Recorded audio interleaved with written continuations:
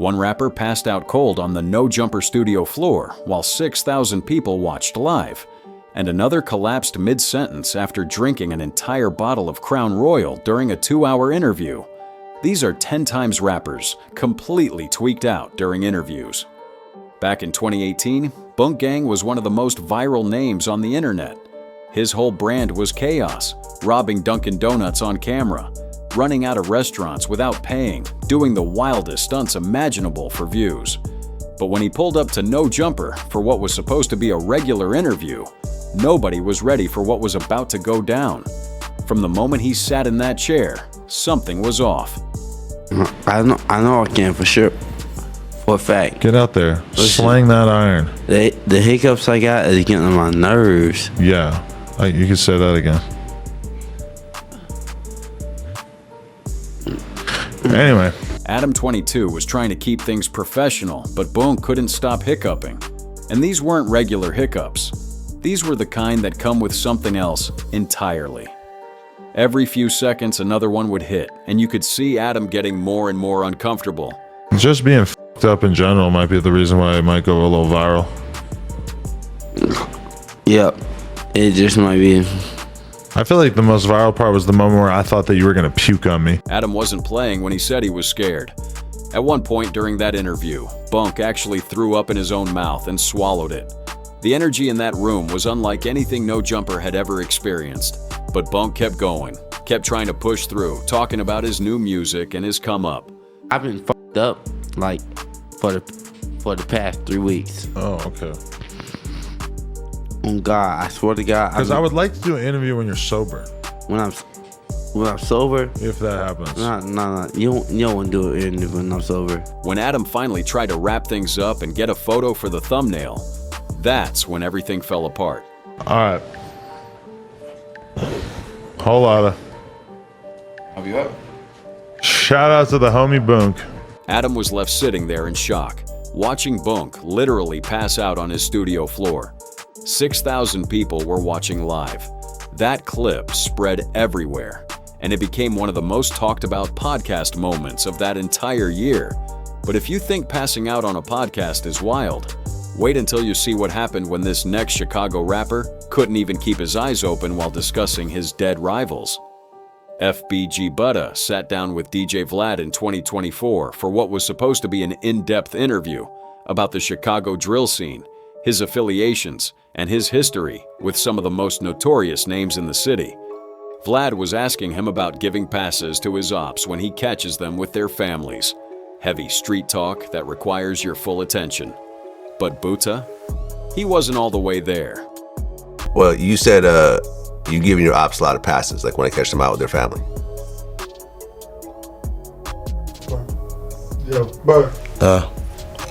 Yo, you just nodded off. You good? I'm tweaked. I just tweaked, man. Right in the middle of answering a question, Butta just drifted off. His eyes closed, his head started dropping, and Vlad had to call him out on camera. But Butta played it cool, said he just tweaked, tried to shake it off. Vlad told him to drink some coffee. It was 2:30 in the afternoon. You literally just fell asleep, sitting up. Like if no one said anything, you would have probably fallen over. Am I right? Am I right? Vlad made it clear this wasn't getting edited out. Whatever Butta was going through, the world was about to see it. Butta blamed it on a long night, said he took a power nap when he got up. But then they started talking about King Von, one of his most notorious rivals. And that's when it happened again. But I guess King Von hated Wooski the most.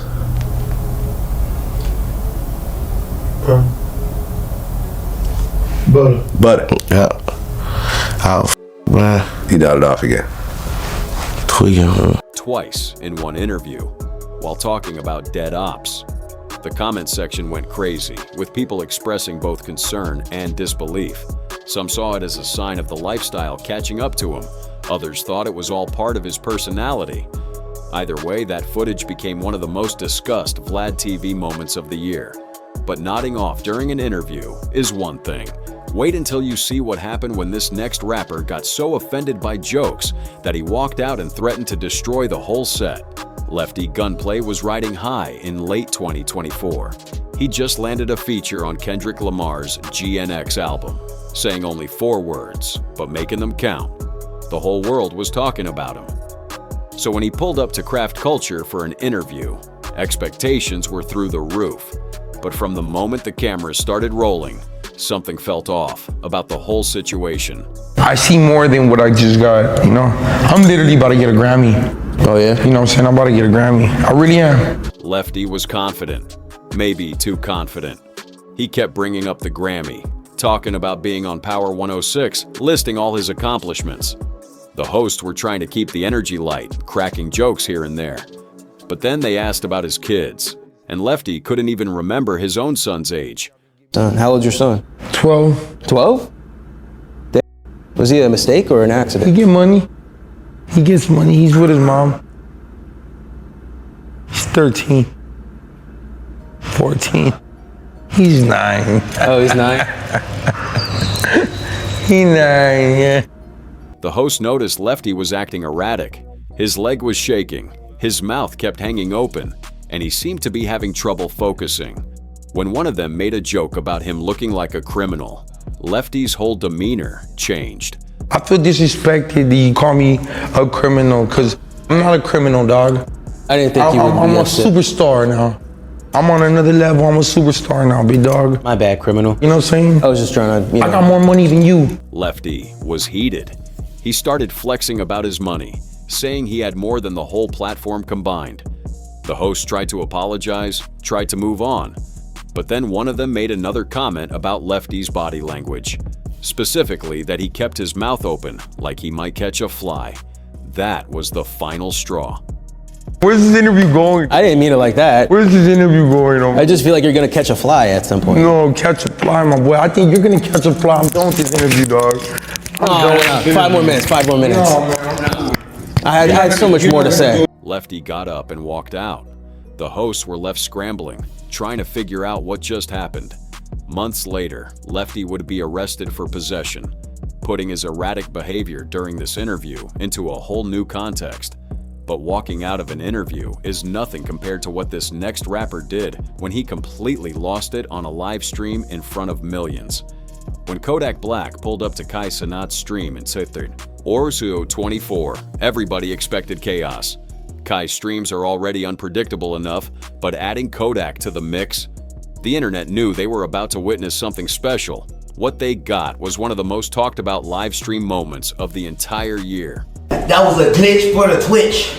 Sometimes you can't always say it, but at times when it feels good, that's when you say it. From the jump, Kodak was on another level.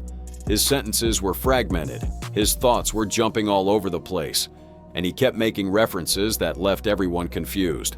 The chat was going crazy, trying to figure out what was happening. Then Kodak started getting into some stories that nobody saw coming. Hop on that track.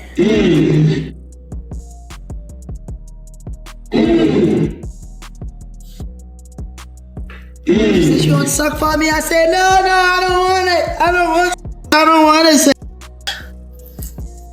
Kodak was rambling about rejecting advances, telling graphic stories that had the entire stream in shock. Kai was trying to keep up, but Kodak was moving at his own pace, lost in his own world. And then came the moment that really shook everybody watching. I don't give a shit. I need you to go to the doctor, let me see that. I don't need HIV because no, that's not how. I don't want to die. I don't want to die. I don't want to bleed. I don't want to die. Out of nowhere, Kodak started repeating that he didn't want to die, over and over. The chat went from laughing to genuinely concerned in seconds. Media outlets later reported that fans were worried about Kodak's well-being after he appeared to ingest an unknown substance during the stream. Whatever was happening, it was all caught on camera in front of millions of viewers.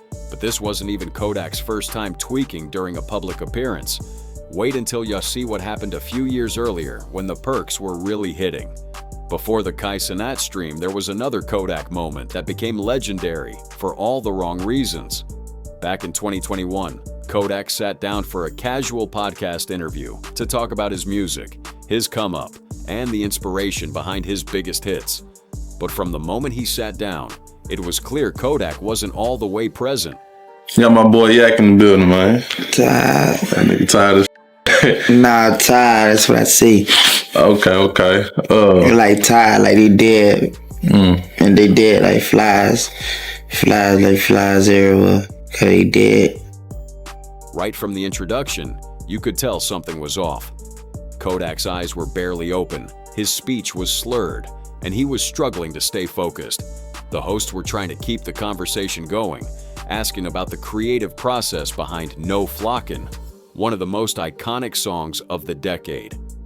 That bitch got crack in here. That's for real.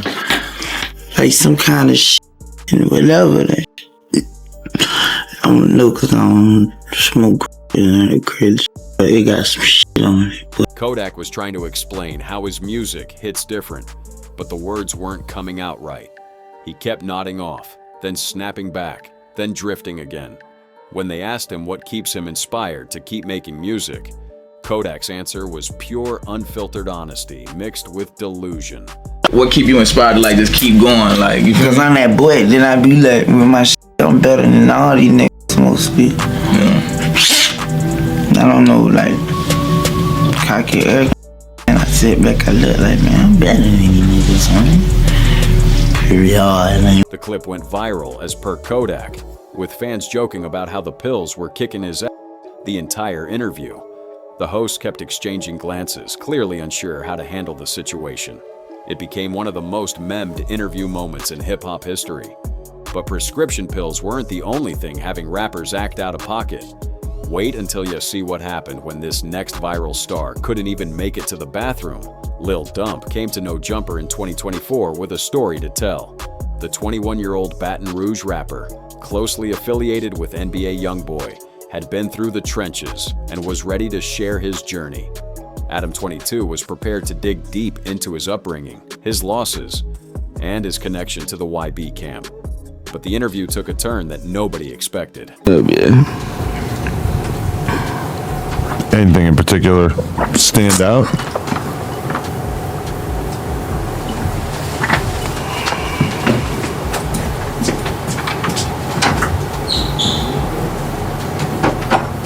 Well, that's a first. Mid-sentence, while talking about his traumatic childhood, Lil Dump just stopped and threw up. Adam was caught completely off guard. The mood in the room shifted instantly. Dump tried to play it off, saying it was personal, something deep he didn't want to discuss on camera. But Adam pushed a little further. So what are you going through right now? Just some deep things. You trying to get clean? You trying to get clean? Get clean? Off of some other shit? Yeah, type shit at the same time, but... Dump admitted he was trying to get clean, going through withdrawal while sitting in that interview chair. Adam started questioning whether he should even continue. The ethical implications of interviewing someone who was clearly going through something heavy weighed on him, but Dump insisted he wanted to keep going. Do you believe in demons? Demons? Nah. Why not? I'm not religious. I know, but you should know that demons are real. The conversation shifted to demons, to the streets, to all the dark things that come with that lifestyle. But Dump kept getting sick, eventually throwing up multiple times throughout the interview. Adam was left wondering out loud whether he should release the footage at all. Dump hit him up personally afterward and made it clear he wanted the world to see what he was going through. But watching someone battle their demons on camera is one thing. Wait until you see what happened when this next teenage rapper got too drunk on Instagram Live. In the summer of 2018, Juice WRLD was on the rise. Lucid Dreams was climbing the charts, and everybody wanted a piece of the young Chicago artist. When he sat down for the Atom Bomb show, it should have been a standard promotional interview. Talk about the music, the journey, the future. But something was clearly wrong from the start. For you as an artist working so darn hard, how hard is it for you to get up and do these things just because you're simply grinding constantly doing these things? I don't know. I mean, I work kind of double time with my music and stuff because I don't sleep that good. Juice was explaining that he doesn't sleep well. that he uses his insomnia to make more music. But as the interview went on, you could see his eyes getting heavier, his responses getting slower. There was a Sprite bottle in his hand that fans later speculated contained more than just soda. It most definitely was a flow to it, and it happened kind of naturally. Like, we didn't force the envelope. You know how some artists get signed early? Yeah. And labels try to break them, and it's hard. Yeah. Because it's like the artist just isn't like sticking. Juice was nodding off repeatedly throughout the interview, his eyes closing for long periods before snap, ping back. The host was trying to keep the energy up, asking about performances and the meaning behind lucid dreams. But Juice was fighting to stay present. Sounds like a lot of heart gone into it. I want you to describe that single and that track that we're playing right now.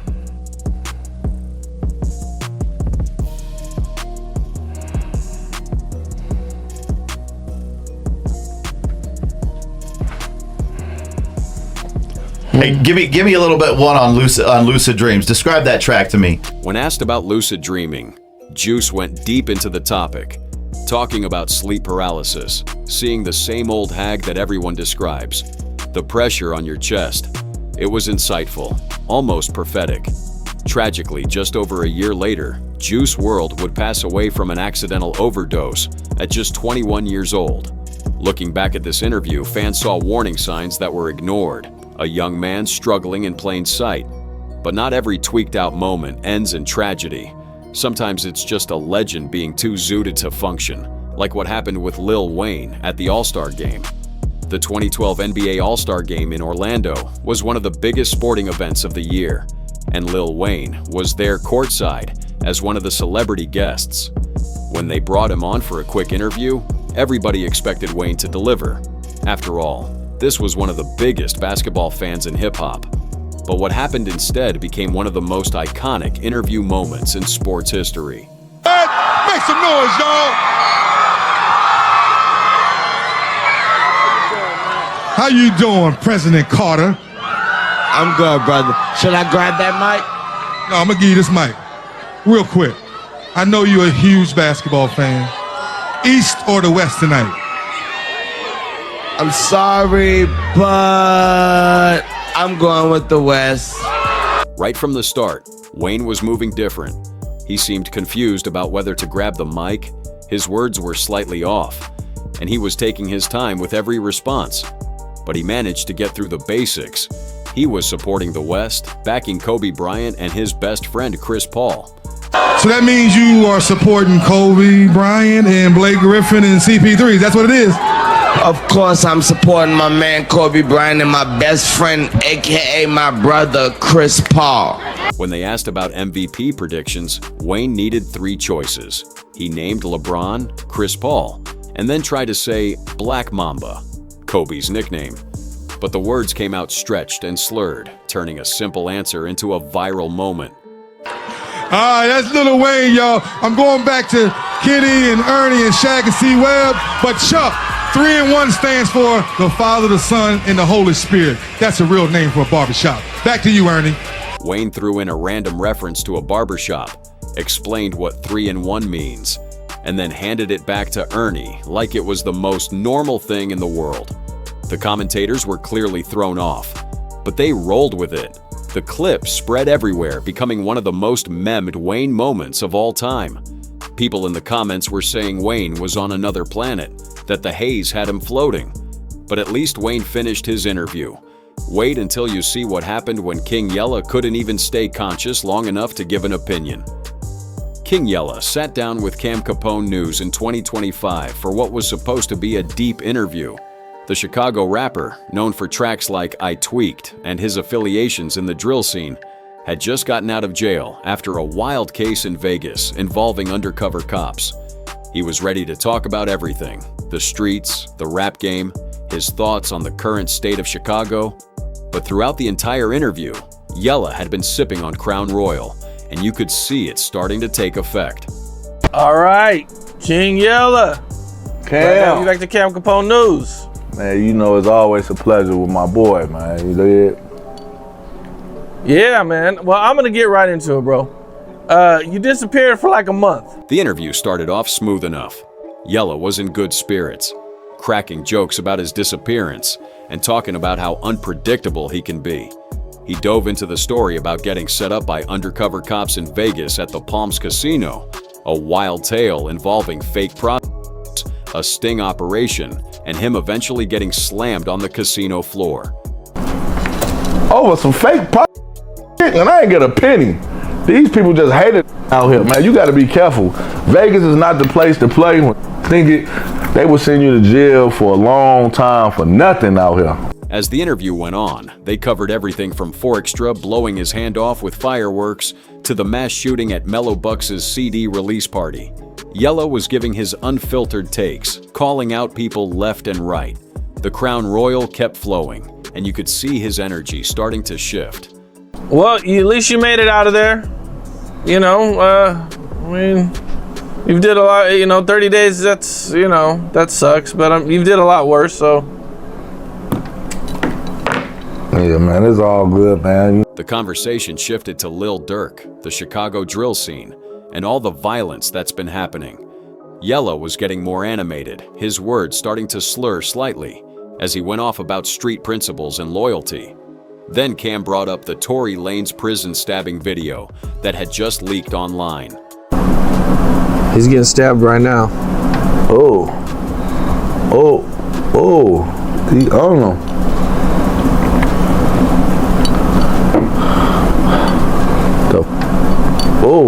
He's stabbing the shit out of his eye. He's stabbing the shit out of his eye.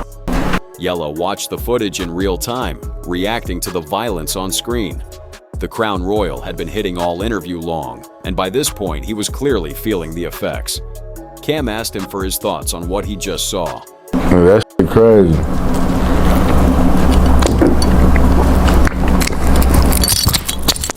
What's your thoughts on the video? Bro.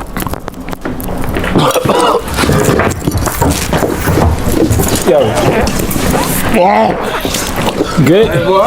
And that's when everything fell apart. The clip went viral instantly, racking up hundreds of thousands of views within days. Some fans expressed genuine concern about his health, while others clowned him for not being able to handle his liquor. Either way, it became one of the most talked about interview moments of the year. A rapper literally passing out mid-sentence while trying to give his opinion on another rapper's prison stabbing. Yella would later use the incident as an opportunity to warn fans about the dangers of excessive drinking. But if you think passing out from alcohol is wild, wait until you see what happened when Lil Baby showed up to an interview before dropping one of the biggest albums of his career. In 2018, Lil Baby was on the verge of superstardom. He was about to drop Harder Than Ever, the album that would cement him as one of Atlanta's biggest exports. He just announced a collaboration with Drake, and everybody wanted to know how it happened. So, when he sat down with The Dirt, Boys Show, expectations were high. But something about Baby seemed off. See, what's the vibe with that? See, if you had to, like, if you been on me, you'll be like, that ain't new. Right. Like, going on every tape I dropped. Like, he a person who, like, helped me rap. Right. You know what I'm saying? Like, Gunna, you know what I'm saying? I fought with Gunna hard. Baby was talking about his relationship with Gunna, how they came up together, but his speech was stuttering, repetitive with, "You know what I'm saying," filling every gap. As the interview progressed, people noticed something else. Baby was twitching, shaking, his body doing things that seemed involuntary. J. Cole, for instance. How many sold first week, day, whatever? I think crazy. we're planning on streams or something like that, like first like day. 400 million streams first day, like. Yeah, something crazy. You want that? Yeah, I need that. When asked about the Drake collaboration, Baby seemed to struggle to even remember the name of the song. He was sweating, fidgeting, his words getting jumbled together. The clip went viral on TikTok and Twitter, with people calling it Lil Baby glitching or catching the Holy Ghost. My music what got me where I'm at. I don't want to be like Lil Baby came in the game with money, or he know the Migos, or he know him, or he got a hit song with. But that's why all my takes, like, I really try to just go by myself. And I can have songs. I'm in the studio with everybody. Fans speculated about perks, about lean, about all the usual suspects. But Baby later denied all of it, posting that he wasn't on anything. Whether it was nerves, exhaustion from his rapid come-up, or something else entirely, that interview became one of the most talked about moments of his early career. All the time, like, you get to a point where you're getting $50,000 a show, and you still want to do some dumb shit and get locked up. Like, you know what I'm saying? Just not making a good decision. See, even if you listen to my music, like, I ain't even that type of. I ain't even talk like that. Like, them niggas be on that type. Like, you going to jail, you on it. Despite how that interview went, Baby delivered on his promise. Harder Than Ever dropped and did exactly what he said it would. Put him on a whole different level. Sometimes the moments that look the worst end up being just a bump in the road on the way to greatness.